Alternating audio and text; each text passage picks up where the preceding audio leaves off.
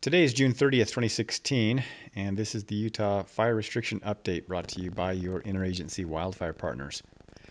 We do have a few new fire restrictions to detail here. Temperatures are hotter, fuels are much drier, and we've even seen a few red flag warning days throughout the state.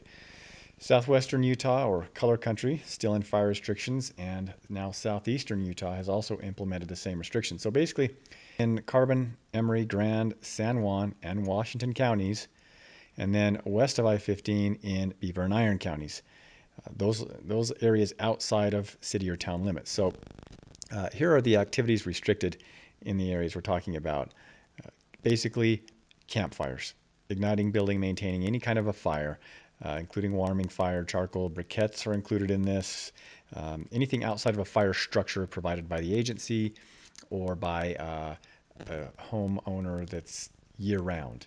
So there's kind of some technicality there. If you're in a home that you live in year-round and you have a fire structure that meets the specifications, like being 18 inches in depth or height in a sunk pit or a built-up steel pipe or block structure, you can still have a fire there.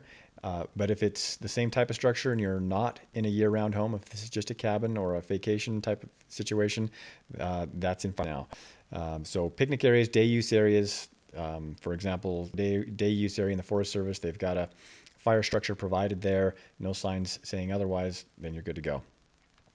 Open fires, though, is what we're restricting. Number two is discharging using any kind of fireworks on unincorporated private land, because they're always prohibited on state and federal lands. Operating any internal combustion engine that has no spark arrestor attached. You got to have that spark arrestor on there if you're operating a chainsaw, weed eater, even a ATV, OHV that doesn't have a spark arrestor, dirt bike, etc. That's a violation of the fire restriction order. In addition, detonating any explosives or incendiary or chemical devices, pyrotechnics. This includes, of course, tracer ammunition, which is always illegal to fire in Utah unless you have a special permit, and exploding targets are included as well. Cutting, welding, or grinding of metal in areas of dry vegetation. We have seen a number of these fires so far this year where somebody's cutting off metal pipe, grinding off something, and sparks fly into the dry grass, and then we've got acres burned. Some of our bigger fires so far, so be aware of that one. And then finally, smoking, except for in an enclosed vehicle or building or in a developed recreation site with minimum of 3 feet diameter cleared down to mineral soil. So just a little bit of caution there with the smoking. Currently, there are no other widespread restrictions on any other areas in the state, but we've seen several target shooting fires already. So there is a closure for target shooting on certain high-risk BLM lands, and for details and a map of the closure areas, you can visit the link above. Now, if we continue to see high fire danger and carelessness with target shooting, there may be some more coming. So far, since the law went into effect in 2012, the State Forester's Office has not had to enact any target shooting restrictions due to fire danger, and it looks like this might be the year where we have to actually do it, but only obviously in the spots where it's an ongoing problem.